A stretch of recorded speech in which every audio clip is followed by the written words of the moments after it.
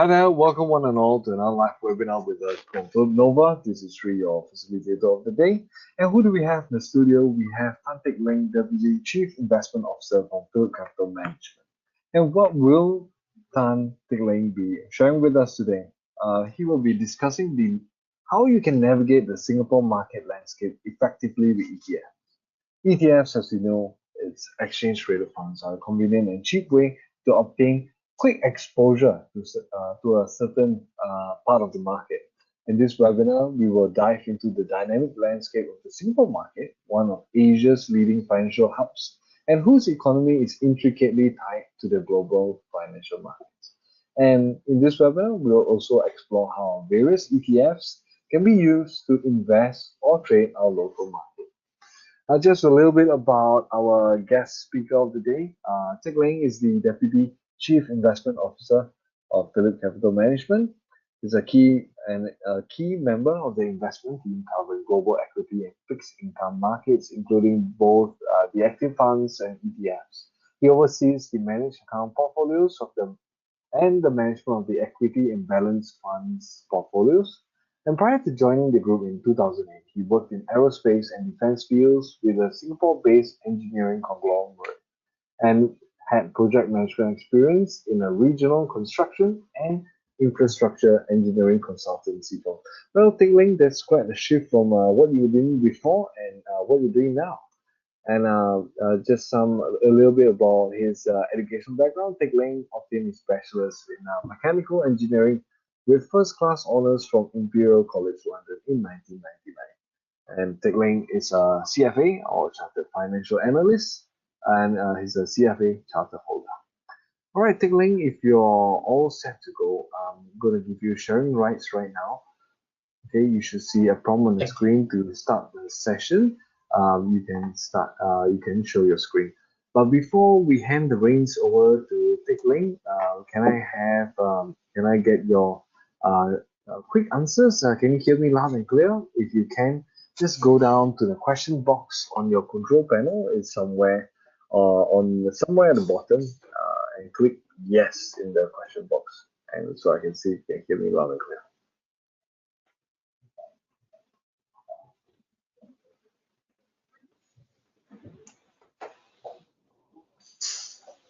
All right, great. Thank you so much for your response.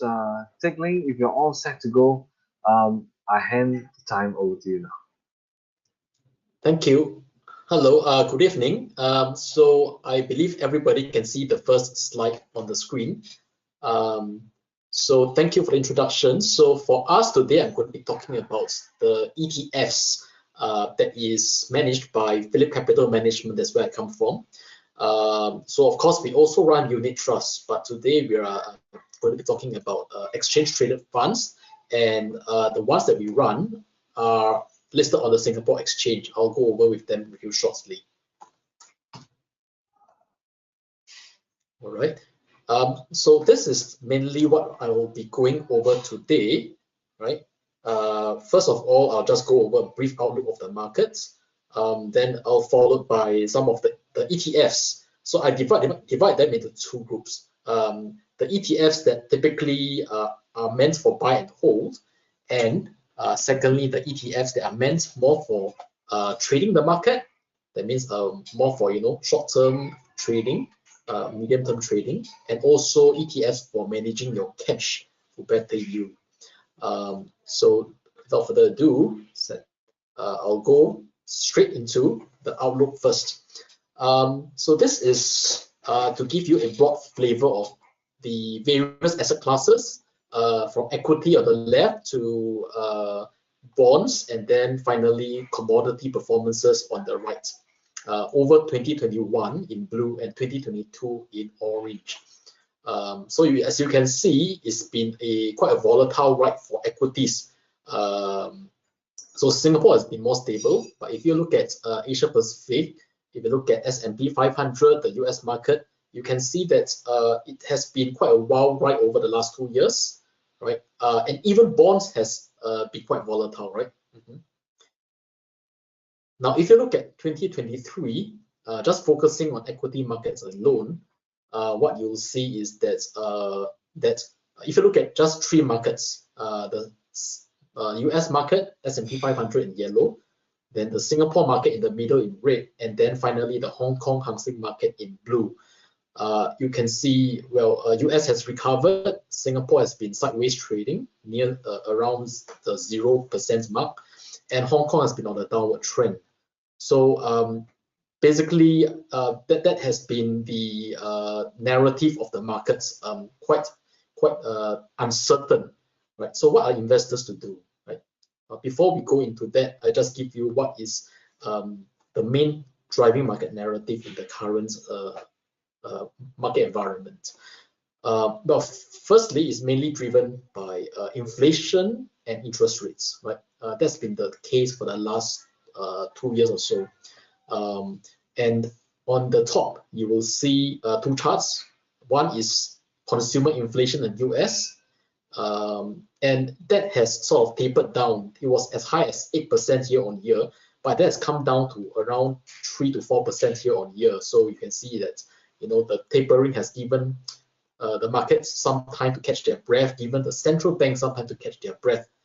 But if you look at the central bank's posture, as you can see on this black chart here, that the green line basically shows where the average Federal Reserve central governor, because the US central bank is basically made up of a panel of governors, right? And each of them has their own idea. Well, the green line marks where each of them, on the average, is expecting the interest rates for the US is going to be over the next 2023 and then 2024. So as you can see, even 2024, they're expecting that they're planning to keep interest rates quite high at above 5%, as you can see for the green line, right? So-called the dot plot. So it is not a situation where interest rates come down and it's not a case where the inflation rates come down and the Federal Reserve is going to cut interest rates straight away. Far from it. Their posture has been that they want to be erring on the side of caution, which means that they would rather keep interest rates high for an extended period, keep monetary policy tight. So don't expect that monetary policy is going to be loosened. Don't expect that interest rates are going to be low or cut very quickly over the next 1 year or so. It's not likely to be the case. It's going to be so right now the market situation is more about a higher for longer environment. And the bottom chart is more, you can see that the reason why is because the blue part of the inflation rate drivers, which is basically services and wage dominated drivers, these are the ones that is driving the markets from 2023 to 2024 onwards. That's expected to be the case. So in the past, the top part of these inflation drivers, which is the goods inflation, was the key driver, commodity inflation, but no longer.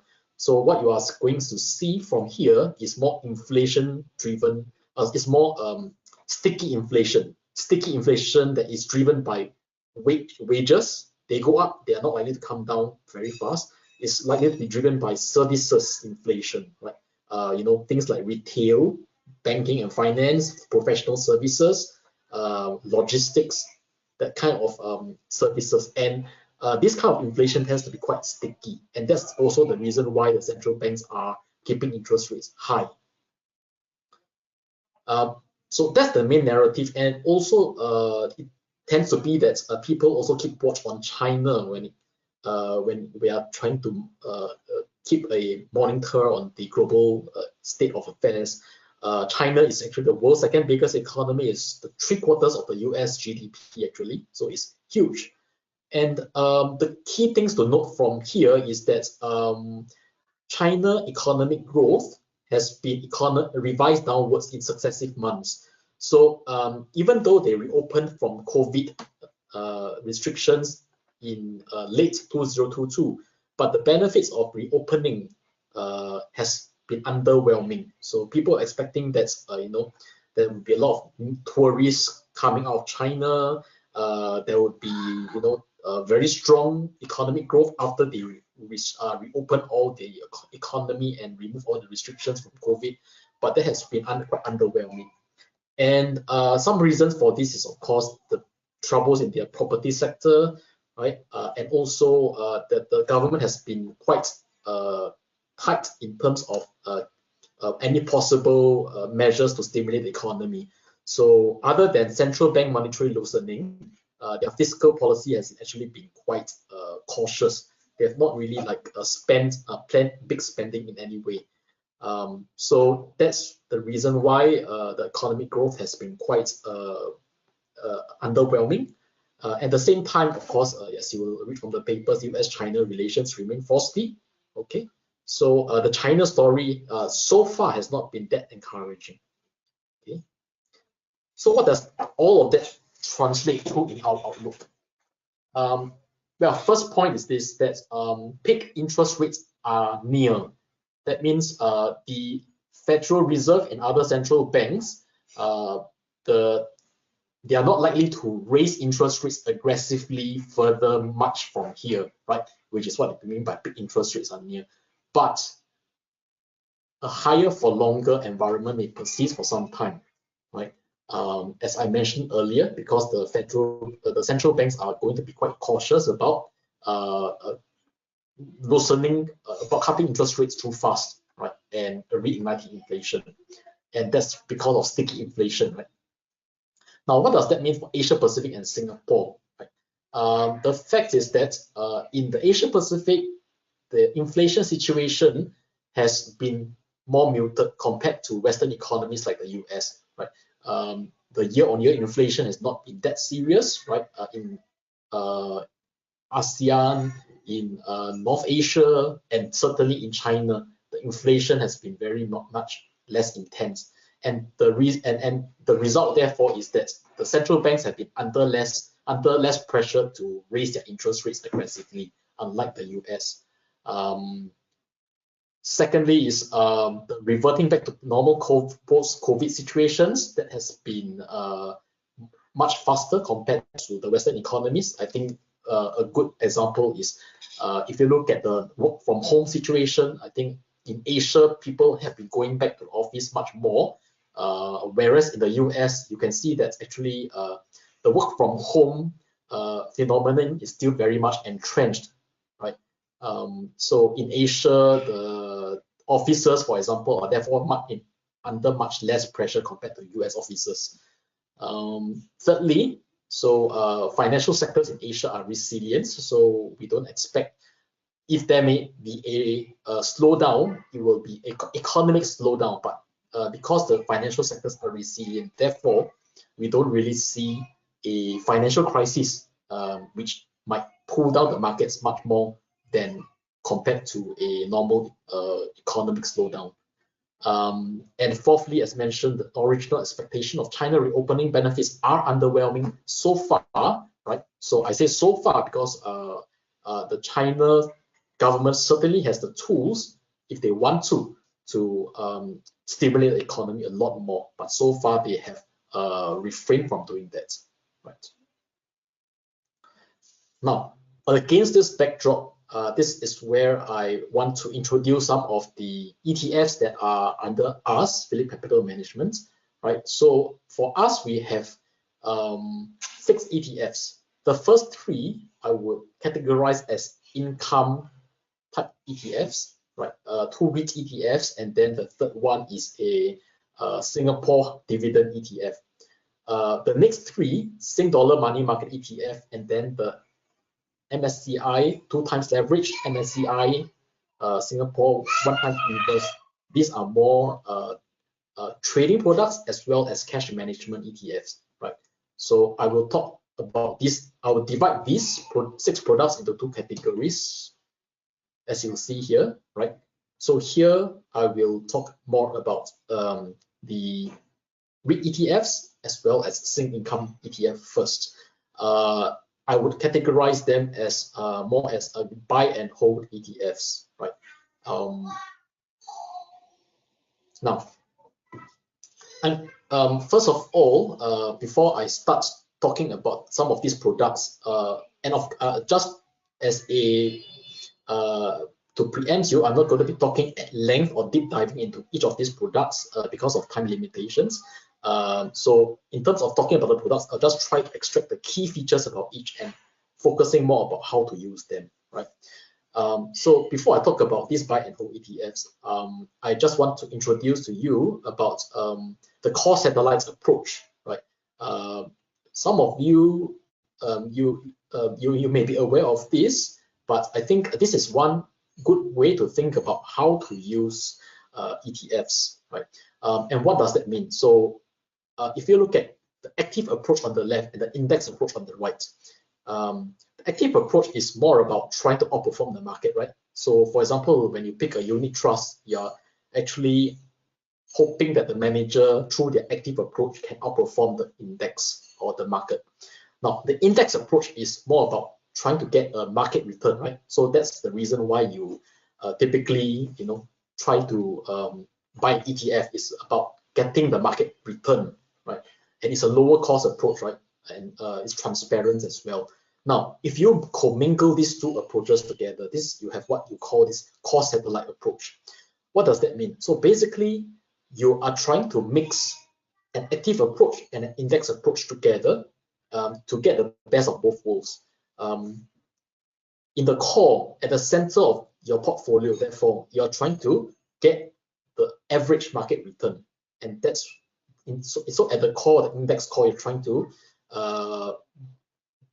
typically you would achieve that by buying an ETF, for example, right? So you get average market return. But at the same time, on the satellites, which is the gray outer ring for this core satellite approach, you're trying to select certain securities, for example, where you're trying to you have some conviction on these satellite securities. You think that they will do better than the market, right? But at the same time, you don't want to completely sink all your money into them because you're not. You may just want to diversify. So a core satellite approach would therefore be the ideal solution for such a philosophy, right? So if you look at 3 points relating to this core satellite approach, as you can see below, reducing reliance on picking winners or chasing returns, providing greater portfolio diversification, which you can do by buying an ETF at the core, right? And thirdly, reducing overall fund management transaction costs, right? So because for the index core, which is achieved by buying an ETF, you typically would hold them, you adopt a buy and hold approach for this. So whereas for your satellites, you might want to adopt a more short-term trading approach and so on, right? So by doing a core satellite, that is how you may be able to manage your portfolio in a more efficient manner and a less risky manner as well. Now, I will go into the two REIT ETFs under us now. Now, this one is just to give you a broad flavor for the performances of the REITs in various markets in Australia, Singapore, Hong Kong, Japan, and the US compared to their broad markets. So the ones in purple is the average annual return of the respective REIT markets in these countries. The ones in red are their broad market benchmarks, right? So for example, in the case of Singapore, in the middle, the STI has gone up an average of 4.4% annual return from 2029 to 2022. Now, how has the FTSE REIT index compared against that on the other hand? So you can see the FTSE S-REIT index is up 7.3% every year on an average annualized basis over these 13 years. So, and you will see the respective performances for the various markets. And what you probably appreciate from here is therefore that REITs have actually been, well, I mean, certain markets it has lagged, such as the US, but what you can expect that the return drivers for REITs is much more dependable because it's driven by dividend income, right? Whereas indexes like S&P 500 that may be driven a bit more by capital gains, which is probably less dependable, right? And this next slide is just to zoom in on Singapore REITs, right? And if you look at the period the 10-year period from 2013 to 2023, the black line shows the STI. The two lines that go above, there are two separate REIT indices, but you can see that they are quite close to each other because they both measure the performances of Singapore REITs. One is the IH by SGX internal team, and the other one is from CS Index. So the long and short of it is that for Singapore REITs, you can see the clear outperformance of them over the 10-year period ending July 2023 against the outperformance against the STI bond market. Now this brings us to the first of our two REIT ETFs. Now, firstly, if you want to get a diversified exposure to REITs as a whole, not just in Singapore, but regional REITs, including the biggest REIT markets in the Asian region. So this REIT ETF will be suitable for you because this one is an APAC Dividend Leaders REIT ETF. Some points to note is that it focuses on some of the biggest dividend paying REITs in the Asia Pacific ex-Japan. Right? So investors who want exposure to a basket of quality Asia Pacific ex-Japan REITs, this ETF is able to assemble them in a collection under the ETF itself. Some other points to note is it's low cost, right? 0.30% management fee. This gives you a broad flavor of what this ETF is like. It would typically hold 30 constituents inside the ETF, and it pays dividends, right? So it pays unit holder distributions every half a year, semi-annually, right? And the country and sector allocation you will see here on the right, which is mainly Australia, Hong Kong, and Singapore. So as you can see, mainly is Australia and Singapore. Australia 51%. Sector allocation wise, the main thing to note is quite well balanced across the different REIT subsectors. Okay, so if you wanted to get allocation to Asia Pacific REITs, this is the one to go for. The second REIT ETF under us, and that is in partnership with Lion Global. This is the Lion Phillip S-REIT ETF. Now, this REIT ETF is basically focusing on Singapore REITs alone, Singapore listed REITs. And the key points, 20 to 25 high quality S-REITs. Now, what is rebalancing? Rebalancing mainly is every ETF has a rebalancing process. What that means is the index provider, they would revise the index to ensure that there's renewal of the underlying constituents in the ETF, right? And that is called rebalancing. So the ETF actually would have to rebalance in accordance with the index provider's new index. So for our ETFs, typically there is semi-annual rebalancing. Right? So as is for this S-REIT ETF, rebalance semi-annually. We ensure that there is diversification, 10% maximum per single security. And also this ETF pays distributions to unit holders every half a year, semi-annually. What are some of the key points to note for this ETF? I think mainly is, first of all, is one of Singapore's largest and most well-traded ETFs on the market. You can see that as of end August 2023, the assets under management of this S-REIT ETF is $318 million, right? And it trades every day. It is quite well traded on the Singapore Exchange as well. Several 100,000 units traded every day, at least. Sector allocation wise, you will see some of the you'll see quite a well-balanced mix among the various sectors. And in terms of the individual holdings within these 22 S-REIT constituents for this ETF, many familiar names. For example, the top holdings for this ETF would be those Maple Tree suite of ETFs, the Capital Land suite of ETFs. You will have those under phrases as well, right? So some of the so typically it holds the biggest and highest quality REITs in the Singapore S-REIT universe. Now, the third income ETF that I want to highlight to you here is the Phillip Sing Income ETF. Well, this is it is not about REITs, so it might hold some REITs, but what this Sing Income ETF is trying to achieve here is to give diversified exposure to a basket of high quality Singapore quality stocks, right? And a lot of the familiar names will be inside, as you'll see later. This ETF also, some points is that it gives semi-annual distribution as well. And the ETF is also trying to achieve a selection of stocks of high quality and high dividend. Okay, and that's actually how we work with Morningstar, the index provider, to craft this Morningstar Singapore Yield Focus Index, which is what the ETF is trying to replicate. And what we come up with, you can see here, just to give you a flavor of the top 10 holdings. You can see the 3 banks, right?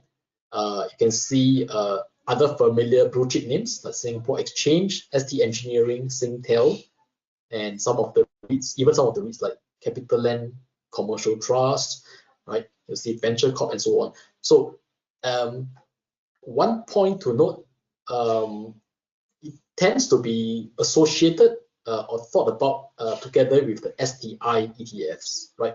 And indeed, some of the STI STI ETF and this Sing Income ETF, a lot of the top holdings tend to be the same. So this is one slide where we try to illustrate how it compares to the STI index or the STI ETF. So firstly, the similarities. Many of the underlying blue chip stocks are similar, right? So as I said, the 3 banks are inside the Sing Income ETF, and then you also see many familiar government-linked companies, Temasek-linked companies, and so on. Now, how is it different? Now, the STI, it screens and weights stocks, means like it assigns the weightage to the stocks, right? It does that mainly on the basis of just one factor, which is size, the market size of the market value of that company. And because it does that, so and it doesn't actually try to set a limit to that. So you will see that the 3 banks together in the STI actually add up to about 50% of the whole STI already. In contrast, if you were to go back one slide and see the top 10 holdings for DBS, OCBC, and UOB, together they add up probably just to about 30%, right? That's because we try to set a single security limit of 10%. And second reason is also the Sing Income ETF. It screens and weights the stocks on the basis of not just the market value or market capitalization, but we also consider other factors in weighting the stocks. These other factors are business quality, financial quality, and dividend yield. So this is where the dividend focus of the Sing Income ETF comes from. Okay, so essentially, if you were to look at how to think about the Sing Income ETF, is a dividend income focused quality stock ETF. It contains controls to ensure we don't fall into the dividend trap. What does that mean? What that means is basically the dividend trap is when you have if you try to pick stocks just using high dividend yield alone, now you will end up with really, sometimes you might end up with why do some stocks have high dividend yield? It's because they have dropped so much in price, and therefore the dividend actually looks attractive, like 10% yield, 20% yield. But is it going to be achievable going forward? That's another thing altogether. It's quite likely that it's not. The market is actually forward looking. That's the reason why the share prices have dropped so much, right? So this is called a dividend trap. Now, in ensuring that quality factors are considered in our screening, the Sing Income ETF actually it ensures that this dividend trap is avoided, and the dividend stocks that are selected into the ETF are there because they are expected to have sustainable dividend growth going forward. Okay, so spend a bit more time because it tends to be that people, yeah, just to help you appreciate this dividend chart a bit more. Now we go back to the core satellite approach that I was talking about just now. Yeah, so how do we implement that after looking through these 3 buy and hold ETFs? So for example, on the left-hand side, core satellite, if you wanted to have a core satellite exposure to the Singapore stock market. Now, one way that you can do it through this core satellite approach, you have at the center an ETF such as the Sing Income ETF, right? It's a quality Singapore blue chip ETF, right? So you buy it as a core holding. Now, and then you have some other individual stocks that you might have some conviction on to act as the satellite stocks. So Singapore stocks A, B, C, D will be the satellite stocks. So essentially what you're trying to achieve here is trying to get the average of the market performance through the center core ETF, and you're trying to outperform the market by having a collection of satellite single securities. If you hold just securities alone, the danger is that you will amplify your losses if any of your stocks do actually have some company problem, right? And indeed, right now in this environment, single stocks can be quite challenging, right? Especially if they have debt problems. High interest rates may hit them over the next 1-2 years. But if you have something at the core, at least you have some assurance that you are having a collection of high quality Singapore dividend stocks. Now, second possibility, if you go to the center and second example, if you wanted a core satellite exposure to Asia Pacific stocks. Now, at the center, you can hold an ETF that focuses on Asia Pacific exposure, equity exposure. Well, it can be Asia Pacific ETF. I mean, I'm just showing here since we just covered that, or it can be an Asia Pacific stock ETF, for example, right? So that ETF at the core will ensure that you have a diversified basket of Asia Pacific equity exposures. Then at the satellite is then the single stocks that you might perhaps have a bit more conviction on, and therefore you might want to hold them for your portfolio, right? So single stocks, you know, you might want to buy Samsung Electronics, you can buy TSMC or whichever stocks that you want to serve as the satellite stocks, right? Thirdly, Asia Pacific allocation, that is within a global stock portfolio. So, you know, a lot of people right nowadays, that is what they're trying to do, right? They're trying to get a global exposure. So for the rest of the world allocation, right? So you might have a lot, say 75% in US and Europe, for example, but you might have reserved one portion for Asia Pacific. Now, what do you hold for the Asia Pacific allocation? So again, you can use this core satellite philosophy. You can have one core ETF and then satellite individual stocks, as illustrated in the third chart here. Right. So I hope this segment gives you some ideas on how to implement some of the ideas using ETFs. Right. Before I go on to the next segment, and this next segment is the other ETFs, the other 3 ETFs under us, which I try to categorize here as ETFs to trade the market and manage cash. Now, trade the market. Now, trading as opposed to investing, of course. Investing, you are more of firstly investing. The time horizon tends to be longer, right? Trading, on the other hand, you're trying to just catch some capital gains because of some catalysts that you see in the short to medium term, right? So investing horizon tends to be shorter.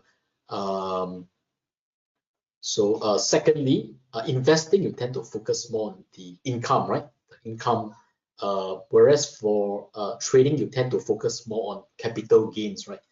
So that these are two big differences between investing versus trading, right? So the MSCI Singapore 2 times leveraged, MSCI Singapore -1 times inverse. Definitely these two are for trying to capture capital gains and trading the market. Now, lastly, I will talk about the money market ETF, which is an ETF to manage cash, right?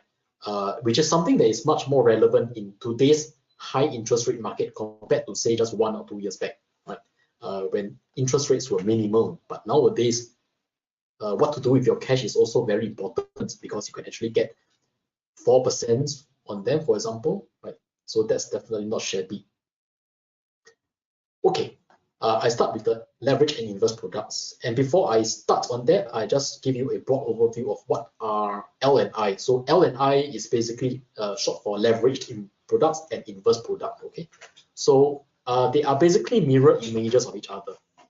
Leverage products is trying to deliver the multiple of the performance of the index they track, right? So it's about getting extra return on your long exposure to a certain sector of the market.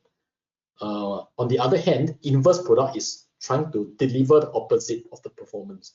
So what that means is a bear market product. In other words, when the market goes down, you actually gain from inverse product exposure. Okay. And what I'm trying to give you a flavor here is how popular they are in other markets. Now, if you look at the top 20 traded ETFs in the US, top 20 traded means the highest market traded value, right? Every day on a daily basis. This is how it looks like. You can see that the leveraged products and leveraged ETFs in the US and inverse ETFs are very popular. The most traded ones, the most traded ETFs in the US, about 7 or 8 of them are actually of this L and I nature, right? You can see the general providers would be issuers like ProShares, right? ProShares Ultra Pro and so on. And then another popular provider is Direction, right? This is just that in the US they started earlier, so they've had more time. People get more develop more comfort level with some of these L and I, and today they are among the most well traded. And before I also start, because our 2 L and I products are using the MSCI Singapore as the benchmark, so I just also want to introduce you to what is the MSCI Singapore Index, which is the benchmark for these 2 L and I products I'm going to talk about. Mainly, it is designed to measure the performance of the biggest blue chips in the Singapore market, right? So you can see that the MSCI Singapore, you will see like DBS, OCBC, and UOB together, they add up to about 50% of the index. So it's broadly similar to the STI in a sense, except that there are 2 components that are listed outside of Singapore. The first one is C, which is listed in the US, and the second one is GREB, which is listed in, which is also listed in the US. But these 2 together is just 10% of the whole index. So largely speaking, you would say that it can be quite a useful way to trade the Singapore market in a sense, right? There are no really properly functioning STI bear market products. So of course, I think what we are giving here is therefore some products that will enable you to trade the Singapore market in a leveraged manner, in a inverse manner, very efficiently, right? The first one is the MSCI Singapore 2 times leveraged. So what that means is for every 1% every 1% move in the MSCI Singapore index, you actually get 2 times or 2% performance, right? What does that mean? So I'm just showing the works example here.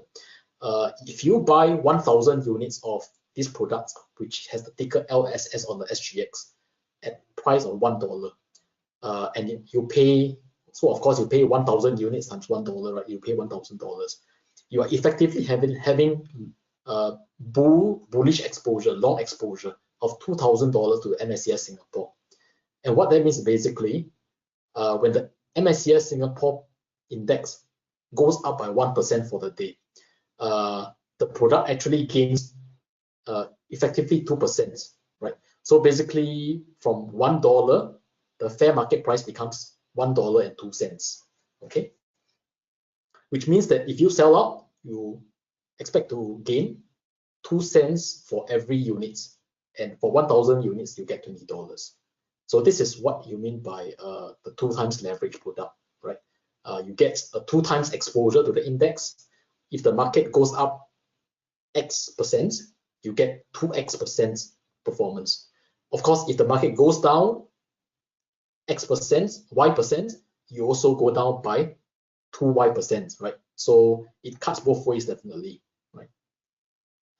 This is just to show you pictorially what that means. So it's basically over time for 2022, right? If the MSCI Singapore index, which is the benchmark, it goes down by minus 10% over this period, then the 2 times leveraged product will go down by about twice that number. Okay. But roughly, I say roughly because if you hold the product, the 2 times leverage product over an extended period, say several weeks or even several months, then you may not expect the performance to be exactly 2 times. Okay, so I say roughly. Over 1 day is exact. If the performance over 1 day is exact, but over an extended period, there may be some drift in performance. The MSCI Singapore inverse, right, is the other one, and as I mentioned, it's a mirror image of the leverage product. This is a worked example of how we use that. If you buy 1,000 units of the inverse product, then you are basically okay. First of all, you pay 1,000 units times $1, right? So you pay $1,000. And what that means is you are effectively having short exposure. That means a bear market exposure of $1,000 to the MSCI Singapore index.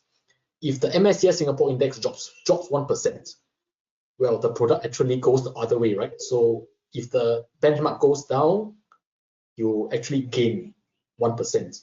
So the fair market price it goes up from $1 to $1.01 because 1% gain, right? Okay, so in this case, if you sell out, you will gain 1 cent for every unit, right? Because now it's $1.01, right?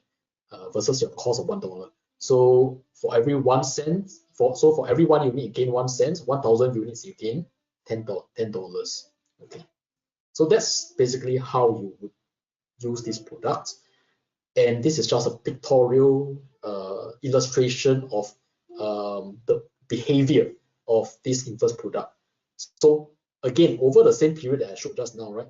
If the MSCI Singapore index was down, right, by around between 5 to 10%. So the white line shows the performance of the inverse product, which is that it gains by roughly that amount. That is the inverse opposite amount of how much MSCI Singapore dropped. Okay, so essentially it's a bear market product. So definitely you can appreciate here that the leverage and inverse products are 2 products to trade the Singapore market. Now I am now coming to the last ETF, right? And that's a money market ETF. That's the 6th product under us. Now, before I go into that, I just introduce you to money market funds, right? So money market funds, basically what they do is they are investing into high quality, short-term debt securities, right? So that's what they do. Or they place fixed deposits with financial institutions. So in terms of the various funds on the market, right? Incidentally, we also have money market funds in unit trust form. So if you rank unit trusts or money over a risk spectrum, money market funds are ranked the lowest on the risk spectrum, which means they are considered the least risky, right? Because they invest, as I mentioned, their exposure, the underlying exposure is some of the most high quality and money market debt instruments with the shortest maturity and therefore the lowest interest rate risk, right? Which means that when the interest rates fluctuate, the price movements of money market fund instruments tends to be much less volatile, right? Other features of money market funds is liquid. You can cash out anytime. Low risk stability of returns. I mentioned that, right? And lastly, in the current high interest rate environment, even short maturity money market instruments such as government bills, even that pays good returns, right? So that's why we also do highlight that this is one way where you can gain some additional yield and not just leave your cash idle. And this is just an illustration of that. Singapore 1-year government bond from 2018 to now. So it was almost close to zero around the period from 2020 to 2022, right? So, but right now, for buying government bonds, you can even get something like close to 3.5 to 4% interest rates, right? So that's pretty substantial. And money market funds, they would be buying slightly, they have high quality corporates, for example. So there may be some additional yield on top of that. So it may be higher than that number. So, so that brings us to the 6th ETF under us, which is the Phillip Sing Dollar Money Market ETF. So I mentioned that we do have a money market fund in unit trust format, but a few years back, we also started this Sing Dollar Money Market ETF for the convenience of those who don't want to buy unit trust on their platform, but they might just want to manage their stock market cash and by buying that through the stock exchange. So this is now listed on the Singapore Exchange, so you can actually just trade them like stocks. You can buy into the Sing Dollar Money Market ETF like a stock, settles like a stock as well, and it is able to give you a return similar to a typical money market fund. And you can see here from this asset allocation, it tends, this is how the money market ETF invests. It would put its money into fixed deposits with banks. It will put some of the monies with into money market securities, the high quality short maturity fixed income, right? And some examples would be puts into money into, as you can see, the top 10 money market securities holdings, MAS bills, right? Bills that are issued by some of the big banks across the world, such as Canadian Imperial Bank is one of the top 5 Canadian banks. China Construction Bank, one of the top 4, of the big 4 Chinese banks. Toyota, everybody's familiar, right? So some of these issuers, okay, right? So that sort of wraps up. And okay, I want to wrap up with 2 charts that I show here on just to recap on these 6 ETFs that I've just talked about. And this may be one good way to do it. Now, on the top is I'm trying to show the Singapore market, right? It goes down, it goes up, it goes down again, right? The STI, for example, it tends to be this way. Now, the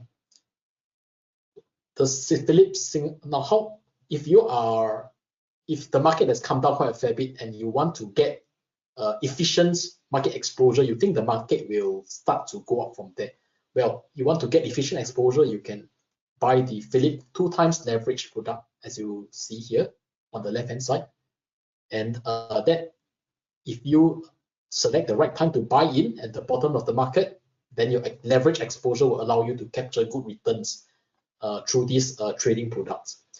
On the other hand, if the market goes up substantially and you think that the market has peaked and you want to hedge your portfolio, you think that you will go down, you want to protect yourself, well, that's where the 1 times inverse product comes in. If you buy it and you time it well, you buy it at the top, then you will actually it will help to protect your portfolio because it's a bear market product. When the market goes down, you gain on your inverse product. So that's how you use these two products. Of course, it depends on your market timing in a sense, right? Now, how about the other buy and hold ETFs? Now, the two REIT ETFs and also the Sing Income ETF, which is the Singapore Blue Chip Income Dividend ETF. Well, what we would suggest is is a buy and hold, which is why you see for these three ETFs, I'm drawing a line from left to right. So it's meant to buy and hold. It's not so much meant to trade. And because these three are income products, so even if the market is trading sideways and with no definite direction, but you don't depend on the capital gains, but you will be able to derive significant dividend income through the distributions picked by each of these three buy and hold ETFs. Lastly, if you look at the bottom chart, so I'm trying to show here that if you had a total investor portfolio where a majority of it is invested into securities, which is the orange part, well, there is some idle cash, which is the blue part.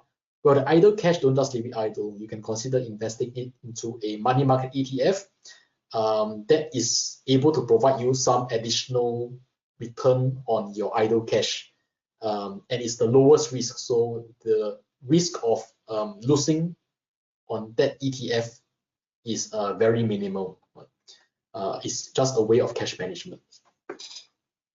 So I'll leave us at this last slide and welcome any questions from you.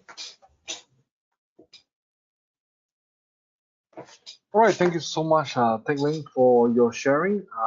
Talking about slides, I'm gonna be sharing a slide which I have. Members of the audience, if you have questions, you can go to your question box located somewhere at the bottom to type your questions and we'll direct them to Teck Leng very shortly. Before we segue to the Q&A, I'm just going to be sharing a slide which we have prepared for you to showcase our ongoing promotion, which you might be very keen to take advantage of right now. From what we understand, you can get up to $60 in Grab vouchers when you invest in these selected ETFs with Phillip Nova. So for every $2,000 invested in one of these specially curated ETFs, which Teck Leng had shared with us earlier, you get $10 in Grab vouchers, and you can do so for up to $10,000 invested. For an additional $10, you will need to place 4 trades for a leverage or inverse MSCI Singapore ETF. Learn more about this promotion. To learn more, simply scan the QR code right there, and you can access our landing page and learn more about the details provided with this promotion. Okay.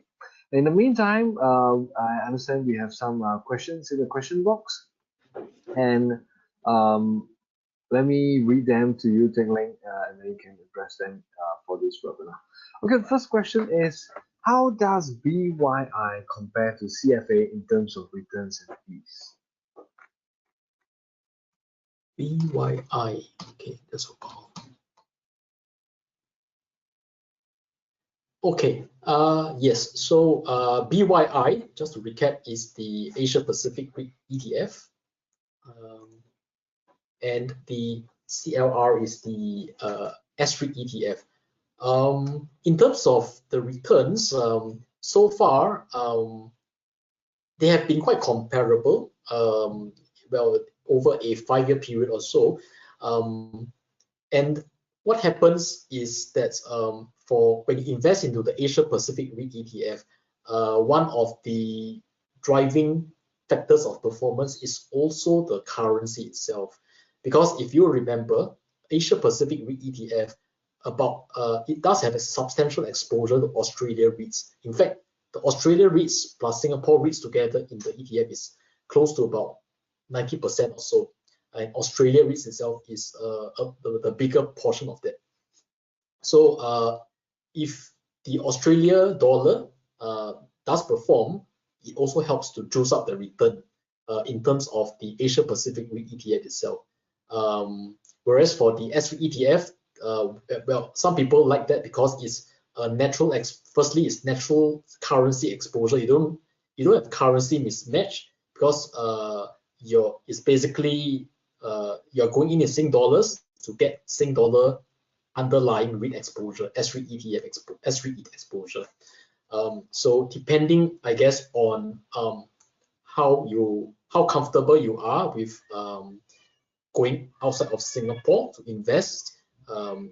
If you are comfortable with that, actually the APAC REIT ETF is one ETF that you can consider. Australia REITs, it's actually one of the best and is the one with the longest REIT history across the Asia Pacific. Australia REITs have been around since the 1970s. So Singapore REITs are actually following the development footsteps of Australia REITs. If you wanted to get exposure to Australia REITs, this is one good ETF that you can do so. I also think that if you wanted to also consider just REIT exposure, so another way to do it is that you can do partly to APAC REIT and partly to S REIT. That means to divide your allocation to both BYI as well as CLR. Hope that makes sense. All right, thank you, Teck Leng. We have another question from Bunchong. Bunchong is asking, is this leverage product for short term or long term? Maybe I think that's a very good question. Maybe you can share a little bit more about strategy and then whether it's for a short or long term as well. Well, yeah, like I mentioned, the performance of each of these leveraged product or the inverse product, it actually delivers exactly to its expectation over a short period, say 1 day or 1 week. Which is to say, over 1 day or 1 week, if the index goes up 1%, the leverage product is expected to deliver exactly or very close to 2% return. The inverse product is expected to deliver exactly or very close to -1%. But over a longer period, there is this so-called path dependence, which means that the performance of the product is also depends on how the way that the index moved over that period. It doesn't just depend on the endpoints, right? So without going to the technicalities of that, you can see from my previous 2 charts showing the performance that over an extended period, the performance is approximately similar. It's approximately 2 times or -1 times that of the benchmark. Yeah, not too close, but I think so far it has been approximately there. So everything combined together, if you were to look at it overall, it is getting getting exposure through a leverage product or an inverse product to achieve the investment objective over the medium term. I think it's a reasonable way to do it, right? By medium term, I mean several weeks or several months is possible. Just don't expect that it's going to be exactly 2 times or -1 times now. Yeah. But it's nonetheless it's a good way to for example, if you are cautious of the market, the inverse product is a good way to just buy in and hedge your exposure to the Singapore market. Yeah. There are not many other products that can do that. All right, Teck Leng, this is a follow-up question from a member of the audience who asked the first question. Sure. How does the APAC REITs, which you have discussed earlier, how does it compare? What's the value proposition of this REIT ETF versus what's out there in the market? Why should investors look at this REIT ETF instead? Sure. Well, I guess there are other APEC REIT ETF. There are other Asia REIT ETFs on the market. Well, their focus is slightly different, right? So, for example, there is a Asia REIT ETF, right? I wouldn't name who, but you probably, if you and what focuses on is Asia. Now, Asia and Asia Pac is different. Asia means the region above Australia, right? Which means what that REIT ETF would be focusing on would be just Singapore and Hong Kong, no Australia. So that's one of the other Asian ETF. There's another one which is Asia Pac Green ETF. So for that, it is trying to also incorporate ESG elements into its selection. This one is one of the newer ETFs, right? As you will know. So that is Asia Pac, but it's also got a green overlay, right? So I think what we offer here through this BYI APEC REIT ETF under us is basically a no frills Asia Pacific REIT ETF. That means focus on Australia, Singapore, right? So if you like these two countries REITs, this is a no frills way to expose to them. And the way that this ETF tries to select the constituents for this ETF is it tries to pick the biggest dividend paying REITs in this ETF. So you end up with some of the biggest REITs in the Asia Pacific, but at the same time, it also captures a dividend component in that. In trying to pick the dividends, highest dividend payers, it also means that it tries to pick basically the biggest REITs that also have high dividend yield, right? Okay, so that is basically what this ETF is trying to do, right? Hope that makes sense, right? So in other words, if you wanted Singapore and Australia high quality REIT exposure, this is the one to go, right? Others may not offer that kind of very clear-cut, no-frills approach, simply because they don't have Australia exposure, or they have other overlays which sort of, if you don't understand or you're not comfortable, then you may not like them that much. So different brushes for different strokes, basically. All right, Teck Leng, final question. I'm going to give you a double barrel question, make it a bit more challenging for you. Okay. So for the LSS, SSS, and MMS, are there market makers for these ETFs? These are the, if I just did a quick check, these are the leverage and inverse ETFs, which we talked about earlier. And typically, what's the recommended time frame to hold? It looks like products which you hold on a very short term, but maybe you can elaborate further to let us know more.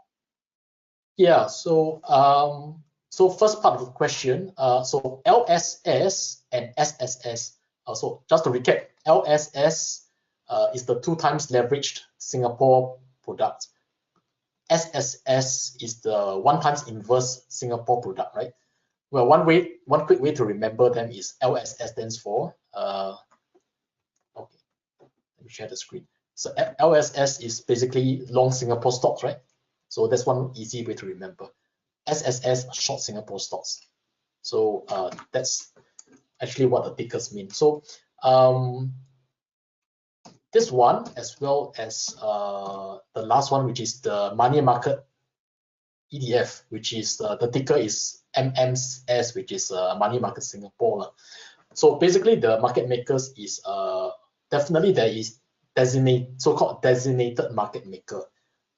Designated market maker means that there is a market making institution that is providing buy quote and ask quote on the Singapore exchange throughout the trading day. And they are also required to offer quite close bid-ask spreads, meaning that the buy quotes and the sell quote, they are not too far apart, and they are also required to offer reasonable volume on both the buy quote and the sell quote. So what that means is basically the retail investor, you buy and you want to get out eventually, there is always a institution that is available to offer to you or to buy from you, right? That's the market maker. That's the market maker role in these products. That is what the SGX tries to ensure, so that there is liquidity in these products, right? So that is one thing that I can highlight for this. In fact, not just these three, but all our ETFs is the same, right? There's always designated market makers to offer the available liquidity, right? Now the second part of the question, holding period for the leverage product and the inverse product. Well, it depends, because as I mentioned, if you are pretty positive on the Singapore market for an extended period, that means you think that the Singapore market, due to some catalyst, right, is likely to see some upward trend over the medium term. So for medium term, I mean like several months, up to a year, for example. Then there's nothing to stop you from buying the leverage product and holding it through the year, right? Because if the MSCI Singapore Index is showing an extended upward trend over this period, what actually happens is that your returns by holding the leverage product is not going to be 2 times. It was likely to be more than 2 times the MSCI Singapore return. Again, without going through the details, the so-called path dependency of the leveraged and inverse products means that when the market is showing extended trend in a certain direction, it actually magnifies the expected return that you expect from the leverage product or the inverse product. And what that means, on the other hand, is that if the MSCI Singapore it shows extended downtrend, that means extended downtrend means it exhibits a downward trend, lower highs and lower lows, right, over a several month period. There's also nothing to stop you from buying an inverse product and holding it through that period for several months. And because of what I mentioned about the path dependency, actually you might expect more than 1 times return on the downward trend of the MSCI Singapore. The inverse 1 times, more than inverse 1 time, basically, right? So there is really nothing to stop you from using the leveraged product or the inverse product over an extended period, such as several months, and you will benefit from the if you get the market direction right through these products. All right, that's all the time we have for today. Thank you so much, Teck Leng, for your valuable insights. Members of the audience, if you have more questions, you can send them via the survey form at the end of the webinar, or you can just send us a note. Once you receive our follow-up details, you can always get in touch with our Phillip client service desk and to have your questions addressed or to direct them to Teck Leng as well. All right, and that's all that we have time for. Teck Leng, do you have anything else to add before we end the session? Nope, that's all. Thank you for your attention. Right, enjoy. All right, thank you so much for your insights, and thank you once again for being one for audience. Till our next live webinar. Take care and all the very best for your trading this week.